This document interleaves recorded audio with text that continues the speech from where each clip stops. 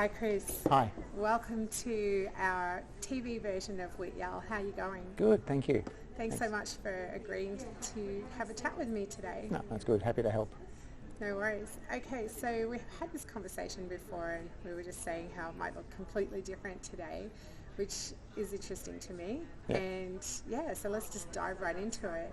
So tell us a little bit about your background, like where are you from? What's life like? You know?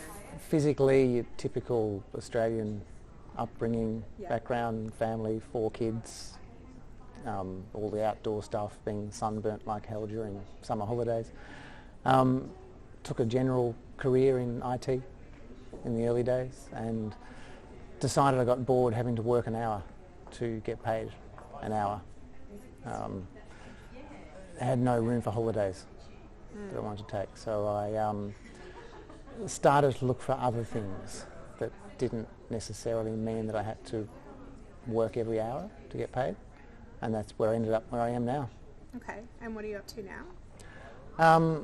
It's an evolution of payments, so we're doing payment processing for Australian and global companies. It started off, I think as everything does, starts off in one direction and then swings 4 or 5 times and ends up somewhere completely different that no one knew. So we started down the Bitcoin or down the crypto path, and that worked brilliantly, but there was no volume. So we had to close down shop and start again, which we did, and we had a great solution which was working but wasn't making any revenue. So we couldn't get the volume. So we shut that down and started again. So now into version 3, or pivot 3 as I say, and it's now actually working, which is nice. But it means it takes the stress off me to make the food each month, to pay rent, which is nice. I no longer have to tip money into the business constantly. Yeah, I can imagine. Just actually have a nice zero return for now, but at least it's better than negative. Definitely So better than negative. Slowly getting there. This one's been about 4 months now Yeah. to break even, so now I've got to keep building it. That's great. So it took a few soul-searching days to work out what to do, and do we shut down the business altogether and just move on and look at something else. But again, persistence pays off. I think something I learnt years ago is you just persist, keep persisting. Whenever there's the dead end approaching, it's usually not. There's usually something else after it, and I'm one to keep on pushing. And I've been told I'm like a dog with a bone. Right. If I see an issue or a problem, I'll keep attacking it until we actually get a solution. Sometimes too long. So it's a learning curve, right? Yes. Sometimes I don't know when to let go and when to stop. Yeah, I can relate to that, having had a startup for 3 years that I had to let go of in the end, and it was excruciating having to make that choice, but in the end it was the right choice. Yes, understand. Yeah, so I totally get where you're at with that. Yeah. Okay, awesome. Yeah. So Chris, at the moment, what's important to you and your life? What's important to me, I actually have no idea what I said last time, which is interesting. It's good to know. Didn't read my notes. That's all good. I think good for me would have to be, I've got 5 kids of all different ages, 3 in the 20s and 2 under 10, and 2 grandkids. So a whole different gamut, ranging from kids in New York to ones who are living in my place. So that's important to me, probably more so than anything else. Work is work, but at the end of the day, that's only transient. But family, I think family is a legacy to leave behind, and sort of focusing with them to make them the best that they can be. Yeah.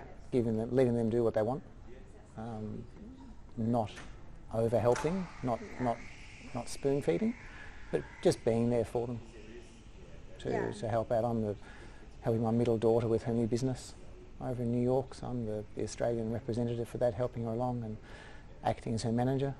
And then with my boys, it's just a matter of hanging out with them and giving them opportunities, letting them experience stuff. So tell me a little bit more about what that looks like in your day-to-day life. I'm separated, so I have the boys only 4 nights a week. So for 3 nights I'm a parentless child, childless parent, if that were, which is very different.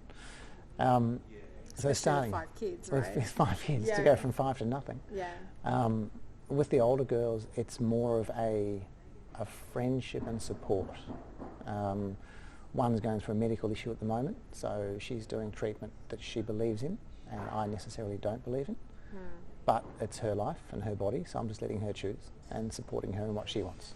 And like even with the one who's with the 2 grandkids, I just support them, sort of being there emotionally and also helping out with finances and just things. But the younger ones, it's challenging them. They're 2 boys. I think boys thrive on challenge. They like the being told they can't do something. Surely you can't do that type of comment really gets these boys going. Yeah, right. So just giving them that challenge of something new, taking them out of their comfort zone, because the world is not comfortable. And a lot of kids these days are cotton-wooled in comfort zones.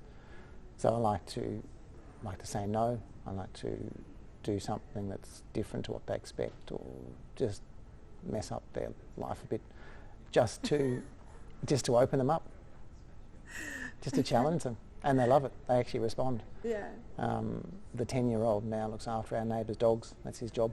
Yeah. So he goes and gets them after school, comes back to our place, takes them for walks, poo and pee, cleans up and takes them back. And I gave that to him, to go and do it, because it gives him that level of responsibility that I think he's ready for. And it just takes it to a duck like water. Yeah. Yeah, that's really awesome. Yeah.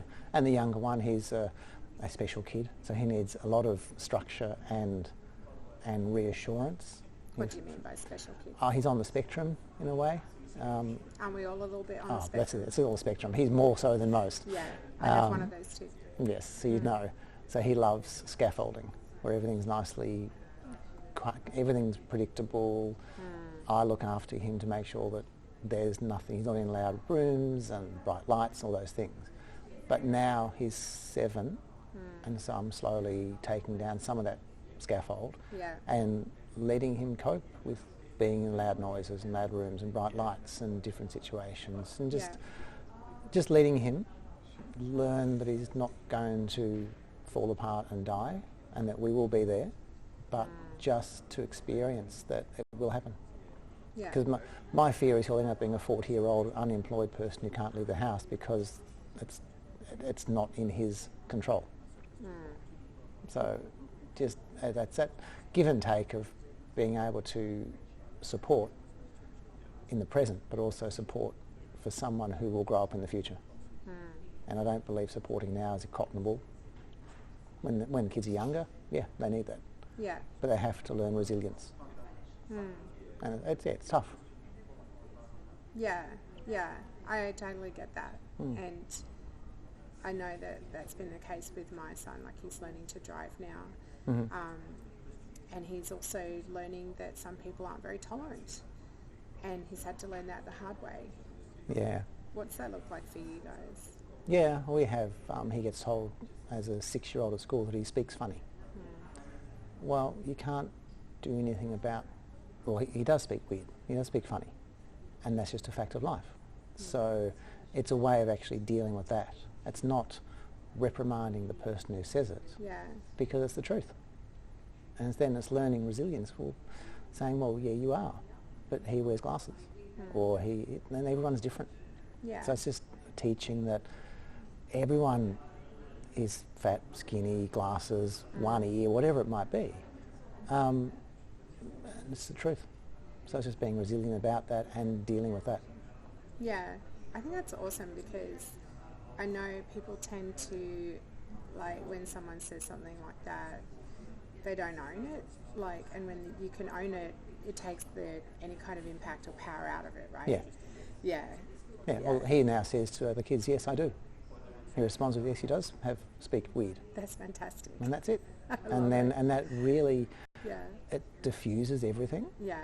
Because if you've got a so-called bully or someone saying something, if you just agree with them and say, yes, that's right, I am like that, you've taken your power back. That's right. And that's all we can give. If you can have kids keeping their power, regardless of what situation they're in, I think that's a strong foundation for the future. Yeah. Because life's not fair. They always say, they try to make playgrounds fair. At school these days, you can't say that's not a good job, or you can't say you could do better than that. Yeah. It's all about equality, and you get rewarded for trying. Well, that's good, but you also should actually lift up and have that what the real world's like. You're actually trying to teach kids to live in the real world. And the real world, you don't get applauded for trying. You can try, you try at startups. Yeah, and they fail. Every time something doesn't work, then you're going to be a mess most of your life. Yeah. So it's a matter of teaching. Well, you turn up, you do it, you do your best. And as a father, I don't care what their results are, their sports, their academic at all. It's just a matter of that they actually turned up, they tried, if they enjoyed it, even better. That's actually nice, especially in sports and so forth, to actually enjoy what they're doing. But just a matter of turning up and doing. Yeah. Turning up, doing their best, and then saying, well, that's it, and then letting it go. Yeah. We also try not to hang on to big things. You came first in a school competition. Well, that's great. Well done, and now let's move on. We don't try and dwell on that, because dwelling on the positives balances out with then dwelling on the negatives. You've got to swing from one way to the other. There we go, down it comes. So you just try and stay, they say it's the uppers and downers. You acknowledge the ups, you acknowledge the downs, but you don't focus. Yeah. You just keep moving. Yeah. I can hear what a dedicated dad you are. Well, in business, same thing. You have an achievement. But guess what? There's another achievement to be done tomorrow or next week or something, another higher one to reach, and there's never any end. Yeah. So it's that sort of teaching of the process is just a daily process. You just turn up, do your best, and keep going, and try new things. What's the bigger vision for you, like in terms of the business, the family, everything? Like, what is the bigger vision for your life? Bigger vision for my life. Getting through to lunchtime tomorrow is a good start. That'll be an achievement. Good question. And it's okay. Peace. It's not like, right there. Yeah. It's got to be a peaceful existence. For you, for humanity? Yeah, for everything that we touch. I've always said to the kids that whatever they find, they need to leave it a little bit better. So anything, it's rubbish on the ground, if something's messy, you just leave it a little bit better than when you got there, because that then translates into everything you do. And then doing that with a peaceful mind, just peaceful nature, because a lot of things can be achieved without trumpets and fanfare. Often the ones with the trumpets, no offence to those with trumpets, as he says, being an introvert, the loud ones often have got one way of approaching, which is very different to the way I look at things. And I like to say I'm more a quiet achiever, and just get things done and just keep moving on. So that's where the peace comes from. You'll never see me as a centre of attention in a big group standing on the soapbox. Much happier as a one-on-one type situation. So I'd like to be able to leave a legacy with me and the company, the family, just of making a difference, but not necessarily telling anyone about it. The old saying is to do something for someone, but don't have to tell them about it. Just do it, regardless of what. You don't need the positive feedback. Yeah. Just do it. Do it for the sake of doing it. Pick up the rubbish, but don't have to tell people you pick it up. Don't post on Facebook. Don't post on Facebook. Yeah. Don't feed the narcissism. Narcissism, very nice. Yeah, I made that word up a while ago, and I've just been waiting for an opportunity to use it. There's plenty. Yeah, there is, unfortunately. So, I think I did ask you this question before, but I can't remember what you said. So, before I asked you what's important to you in your life, has anyone else ever asked you that question? Not sitting in an office situation, no. So this is being in Brisbane, more of a corporate setting.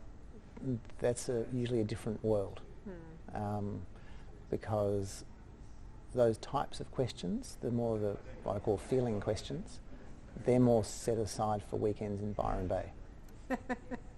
The office with the glass doors is all about head and thinking. So, yeah, weekends in Byron Bay, lots of that sort of stuff. Yeah. But no, never in a corporate setting. But never in those words, or maybe in different words? Or what were the words again? I didn't listen. What's important to you in your life? I'm laughing because that's what the whole interview is. I knew that. Yeah, definitely what's important to me.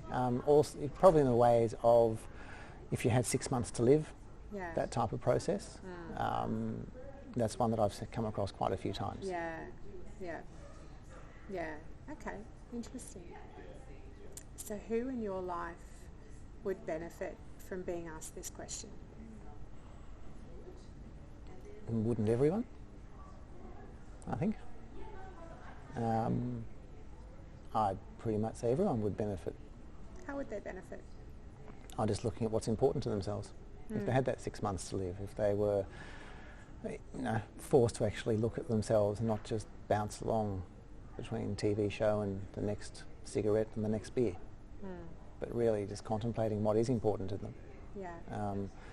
And probably a lot of people don't do that. A lot of people don't really go beyond tonight's dinner to see what's really important to them. Well, the two feelings men have is I'm hungry and I'm tired. They're the two basic feelings that stereotypically men have. Now, that's changing, of course, but yeah, definitely it's a more male thing to be delving into for sure. Yeah, interesting. Would it surprise you that of the people that we've interviewed, and we've interviewed nearly 100 people now, 87% of them have never been asked that question? Yes, that would surprise me. Yeah. Do you know male and female breakdown? I can't tell you right off the top of my head, but it's pretty much across the board. Wow. That's bizarre. They need to get to Byron Bay more often. That's all that happens down there. Lifetimes and lifetimes of it. Oh, that's awesome. I'm going to end it there. Cool.